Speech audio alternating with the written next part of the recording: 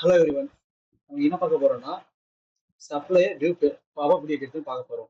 Supply tube எதுக்கு use பண்ண first சொல்லிடுறேன். இது ஒரு ரிமைண்டர். நம்ம வந்து சப்ளையர்கிட்ட வந்து ஒரு ப்ராடக்ட்டை பர்ச்சேஸ் பண்ணியிருப்போம். குறிப்பிட்ட நாளில் வந்து கொடுக்கணும்னு சொல்லிட்டு வந்திருப்போம். ஆனால் வந்து அந்த குறிப்பிட்ட நாள் வரும்போது ஒரு ரிமைண்டர் வரதுக்காக தான் இந்த சப்ளையர் டியூப் பவர் வச்சிருக்கோம். அதுக்கு ஃபர்ஸ்ட் என்ன பண்ணணும்னா நீங்கள் பேமெண்ட் போய்க்கணும். பேமெண்ட்ல F12 கொடுத்து செட்டிங்ஸ் பண்ணீங்கன்னா நமக்கு வந்து பேமெண்ட் வைஸ் பில் இருக்கும். இதையும் சப்ளை டியூ பாப்அப்னு ஒரு ஆப்ஷன் இருக்கும். இது ரெண்டு ஆன் பண்ணா மட்டும்தான் நமக்கு வந்து சப்ளை டியூ பாப்அப் வந்து கரெக்டா வரும். கொடுத்து நான் சேவ் பண்ணிக்கிறேன். நெக்ஸ்ட் ஸ்டெப் என்ன பண்ண போறேன்னா நான் ஒரு சப்ளையரை கிரியேட் பண்ண போறேன். அந்த சப்ளையருக்கு வந்து டியூ டேட் ஃபிக்ஸ் பண்ண போறேன். அதுக்கு என்ன பண்ணணும்னா சப்ளையர் போய்க்கிறேன். என் சப்ளையர் நேம் வந்து சப்ளையர் நீங்க கொடுக்கறதுக்கு முன்னாடி என்ன பண்ணணும்னா F2 கொடுத்து செட்டிங்ஸ் போய்க்கோங்க. செட்டிங்ஸ்ல கிரெடிட் டேஸ் ஒரு ஆப்ஷன் இருக்கும். அதை கொடுத்தா மட்டும்தான் வந்து நம்ம கிரெடிட் டே வந்து ஃபிக்ஸ் பண்ண முடியும். நான் அதை கொடுத்துட்டு சேவ் பண்ணிக்கிறேன்.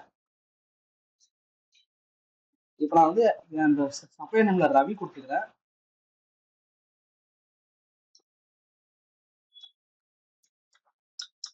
நம்ம அது எதுவுமே ஃபில் பண்ண போறது இல்லை. வெறும் இந்த கிரெடிட் டேஸ் மட்டும் தான் கொடுக்க போறேன். இது எதுக்கு யூஸ் பண்றோம் அப்படின்னா சப்போஸ் நீங்க ஒரு பேமெண்ட் இன்னைக்கு ஒரு பேமெண்ட் பர்ச்சேஸ் பண்ணறேன் அப்படின்னா ஒரு எத்தனை நாள் நான் கொடுக்க போறேன்னு இன்ஃபார்ம் பண்ணுவோம் முன்னாடி.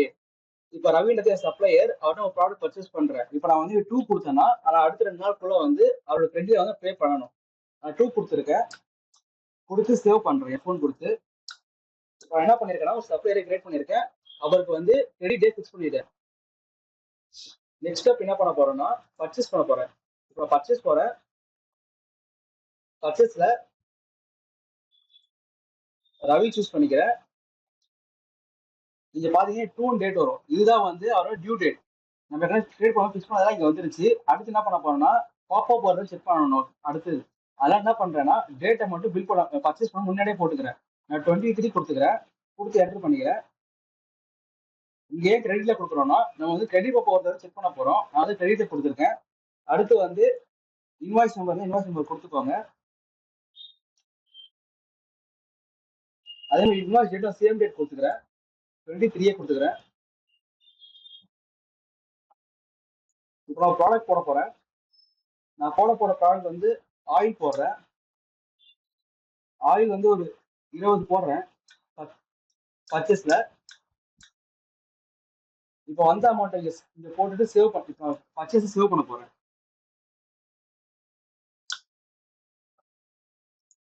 ஓகே, இது வரைக்கும் வந்து நம்ம 3 ஸ்டெப் பண்ணிருக்கோம். ஃபர்ஸ்ட் என்ன பண்ணிருக்கோம் அப்படின்னா பாப்அப் செட்டிங் ஆன் பண்ணிருக்கோம். ரெண்டாவது என்ன பண்ணிருக்கோம்னா ஒரு சப்ளையரை கிரியேட் பண்ணி அதுக்கு டியூ டேட் ஃபிக்ஸ் பண்ணிருக்கோம். மூணாவது என்ன பண்ணிருக்கோம்னா அந்த சப்ளையருக்கான பர்ச்சேஸ் பண்ணிருக்கோம். இப்போ அடுத்து என்ன பண்ண போறேன்னா பேமெண்ட் போறேன். பேமெண்ட்ல போயிட்டு கீழே ஸ்க்ரோல் பண்ணி பார்த்தோம்னா நமக்கு வந்து ரவி நம்ம கிரியேட் பண்ண சப்ளையரோட டியூ பாப்அப் இங்க இருக்கும். பர்ச்சேஸ் டேட் பாத்தீங்கன்னா 23 இருக்கு. இன்வாய்ஸ் டேட் 23 இருக்கு. டியூ டேட் வந்து 25ல இருக்கு. அமௌண்ட் வந்து 17,000 இருக்கு. இப்போ என்ன பண்ண போறேன்னா இவருக்கு வந்து குறிப்பிட்ட அமௌண்ட் பே பண்ண போறேன் முன்னாடி. இப்ப அதுக்கப்புறம் வந்து பாப்அப் வருதுன்னு செக் பண்ண போறேன். ரவி இந்த சைட்ல பார்த்தோம்னா ரவியோட இன்வாய்ஸ் வந்துருக்கும் நமக்கு. இதுல பார்த்து 70,000 இருக்கு. நான் 7,000 பே பண்றேன். 7,000 பே பண்ணிட்டேன்.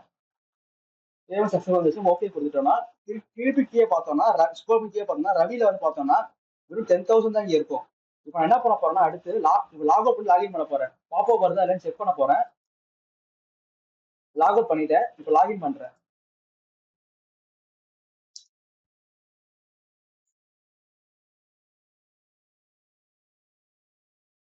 இப்போ இங்க பார்த்தோம்னா ரவிண்ட சப்ளையர் நம்ம கிரியேட் பண்ண சப்ளையர் வந்துட்டாரு. அவருக்கு பார்த்தோம்னா பர்ச்சேஸ் டேட் இருக்கு, இன்வாய்ஸ் டேட்டும் இருக்கு, டியூ டேட் இருக்கு. அது மாதிரி டியூ அமௌண்ட்ல பார்த்தோம்னா ஒரு 10,000 மட்டும் தான் இருக்கும். 7,000 பே பண்ணிட்டு ஏற்கனவே. அது மாதிரி டேஸ்ல பார்த்தோம்னா 2 நாள் போயிருக்கு எக்ஸ்ட்ரா. அது வந்து டியூ டேட் வந்து 25. நீ 27 வந்து 2 நாள் எக்ஸ்ட்ரா போயிருக்கனால 2 டேஸ் இங்க இருக்கு. இப்படிதான் வந்து நம்ம வந்து சப்ளையர் டியூ பாப்அப் ஃபிக்ஸ் பண்ணுவோம். இப்போ அடுத்து என்ன பண்ண போறோம்னா ஒரு supplier due payment due report எப்படி பார்க்கறது சொல்லி தர போறேன். அது நீங்க என்ன பண்ணணும் அப்படின்னா சைட்ல போறோம். சைட்ல வந்து கிறிஸ்டல் ரிப்போர்ட்ல போயிட்டு சப்ளையர் மாஸ்டர்ல போயிடும். சப்ளையர் மாஸ்டர்ல போனோம்னா supplier due payment status option இருக்கும். அதை கிளிக் பண்ணோம்னா இந்த மாதிரி ஸ்கிரீன் ஓப்பன் ஆகும். இதுல வந்து நம்ம 2 டைப்ஸ் தான் வந்து சப்ளையர் டியூ செக் பண்ணலாம். ஃபர்ஸ்ட் வந்து எல்லா சப்ளையர் ஸ்டேட் ஒன்னா செக் பண்ணலாம், இல்லைன்னா குறிப்பிட்ட சப்ளையர் சுற்றி செக் பண்ணலாம். இப்போ நான் என்ன பண்ண போறேன்னா ரவீந்திர சப்ளையர் சூஸ் பண்ண போறேன். சூஸ் பண்ணிட்டு அவருக்கானதை மட்டும் பார்க்க போறேன்.